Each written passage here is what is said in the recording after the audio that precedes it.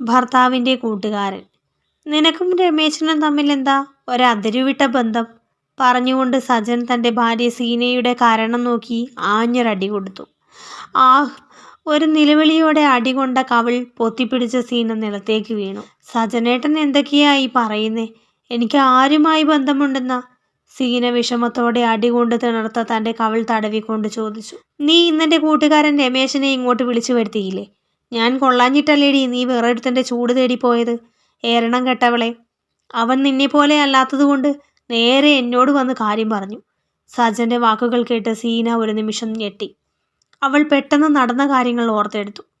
രാവിലെ സജൻ ജോലിക്ക് പോയതിനു ശേഷമാണ് രമേശൻ അയാളെ അന്വേഷിച്ച് വീട്ടിലേക്ക് വന്നത്. സീന, സജൻ ജോലിക്ക് പോയോ? വീടിൻ്റെ മുറ്റം അടിച്ചു വാരിക്കൊണ്ടിരുന്ന സീനയുടെ തൂങ്ങിയാടുന്ന കരിക്കിൻ കുടങ്ങൾ നോക്കിക്കൊണ്ട് രമേശൻ ചോദിച്ചു. ചോദ്യം കേട്ട് സീന തലയുയർത്തി നോക്കി. രമേശനാണ്. അവൾ അല്പം നാണത്തോടെ നിന്നു. കുറച്ചു മുൻപ് പോയതേ ഉള്ളൂ, രമേശനോട് അവൾ പറഞ്ഞു. ഇനി എപ്പോ വരും? രമേശൻ ചോദിച്ചു. വൈകുന്നേരമാകും, അവൾ അല്പം ശൃംഗാര ചൊവ്വയോടെ പറഞ്ഞു. രമേശൻ കുറേ കാലമായി അവളെ നോട്ടമിട്ട് വെച്ചതാണ്. പെണ്ണിനെ തന്നെ കാണുമ്പോഴുള്ള ശൃംഗാരമൊക്കെ അവൻ ശ്രദ്ധിച്ചിട്ടുണ്ട്. അവൾ അവനരികെ തന്നെ നിന്നു. രമേശൻ എപ്പോഴും തന്നെ കാണുമ്പോൾ വല്ലാത്ത ഭാവത്തിലാണ് നോക്കുന്നതെന്ന് അവൾക്കറിയാം. അവൻ്റെ ആ നോട്ടം അവൾക്ക് എപ്പോഴും വല്ലാത്ത ലഹരിയാണ്.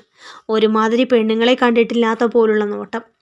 അവളുടെ ഭർത്താവ് സജൻ രമേശൻ്റെ ഉറ്റ കൂട്ടുകാരനാണ്. തുടക്കത്തിലൊക്കെ അവൻ്റെ നോട്ടം അവൾക്ക് വല്ലാത്ത അസ്വസ്ഥത ഉണ്ടാക്കിയിരുന്നു. അപ്പോഴൊക്കെയും സീന പലപ്പോഴും ഭർത്താവിനോട് രമേശുമായുള്ള കൂട്ടുകെട്ട് അവസാനിപ്പിക്കാൻ പറഞ്ഞിട്ടുണ്ടെങ്കിലും അതൊന്നും സജൻ കേൾക്കാറില്ലായിരുന്നു.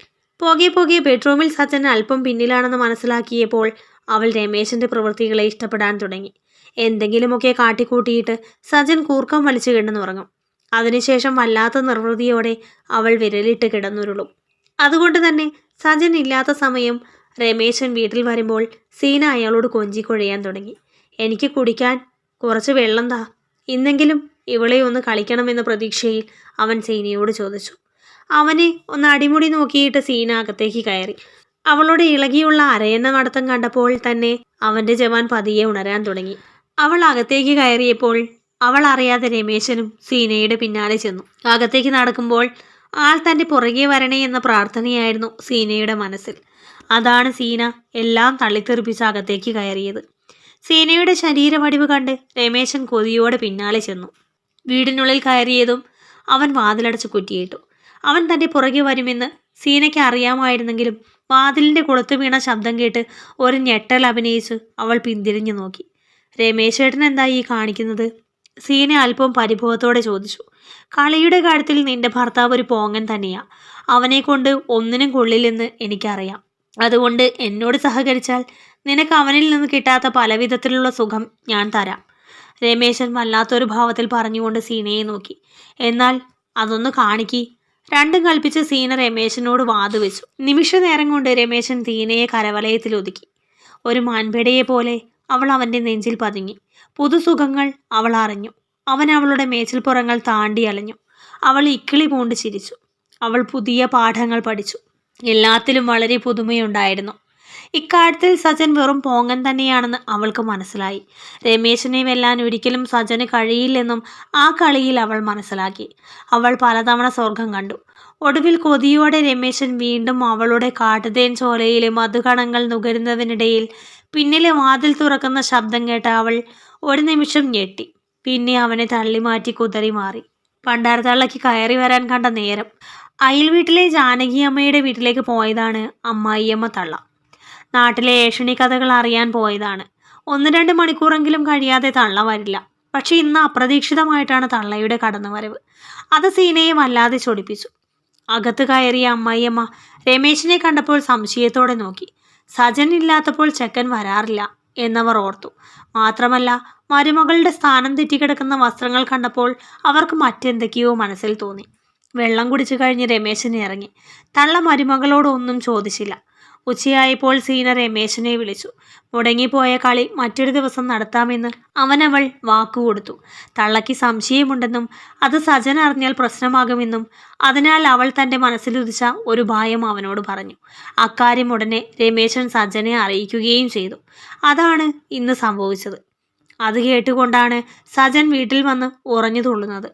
നിങ്ങൾക്ക് കഴിവില്ലാത്ത കാര്യം ഞാൻ ഇവിടുത്തെ നാട്ടുകാരോടും നിങ്ങളുടെ കൂട്ടുകാരോടും പറഞ്ഞു നടന്നിട്ടില്ല.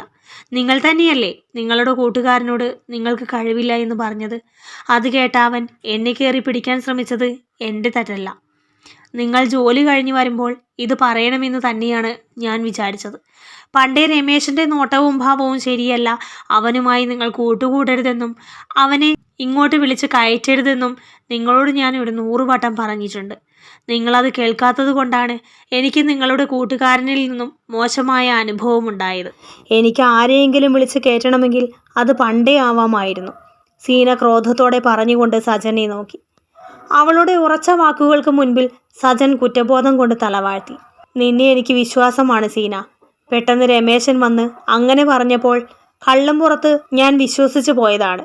ഇനി ഞാൻ ഒരിക്കലും കുടിക്കുകയുമില്ല, അവനുമായി കൂട്ടുകൂടുകയുമില്ല. എനിക്ക് നീ മതി, നീ മാത്രം. സജൻ അവളെ ചേർത്ത് നിർത്തിക്കൊണ്ട് പറഞ്ഞു. അപ്പോൾ അവളുടെ മനസ്സ് നിറയെ രമേശൻ തന്നിൽ കാട്ടിക്കൂട്ടിയ കോപ്രായങ്ങളും അതിൻ്റെ സുഖലഹരിയുമായിരുന്നു. ഇതേ സമയം അമ്മായിയമ്മ വല്ലാത്ത സന്തോഷത്തോടെ അവരുടെ മുറിവാതിൽക്കൽ നിന്നും നടന്നകന്നു. അത് സീന കാണുകയും ചെയ്തു. അവൾ മനസ്സിൽ സന്തോഷിച്ചു. ഇലയ്ക്കും മുള്ളിനും കേടില്ലാതെ ഒരു കാര്യം അങ്ങ് തീർത്തതിൽ അവൾ വല്ലാത്ത സന്തുഷ്ടയായി. 2 ദിവസം കഴിഞ്ഞ് അമ്മായിയമ്മ ഇളയ മകളുടെ അടുത്തേക്ക് വിരുന്നു പോയ തക്കം നോക്കി സീന രമേശിനെ വീട്ടിലേക്ക് വിളിച്ചു വരുത്തി നല്ലൊരു കളി നടത്തി. രമേശിന് നന്നായി കളിക്കാൻ അറിയാവുന്നതുകൊണ്ട് സീന അതിൽ സംതൃപ്തിയായി. അങ്ങനെ ഇടയ്ക്കിടെ തരം കിട്ടുമ്പോഴൊക്കെ സീന അവനെ വിളിച്ച് കളി നടത്താറുണ്ട്. ഇതൊന്നും സജനും അമ്മായിയമ്മയും അറിഞ്ഞതേയില്ല. അത്രയ്ക്കും രഹസ്യമായിട്ടായിരുന്നു അവരുടെ നീക്കങ്ങൾ.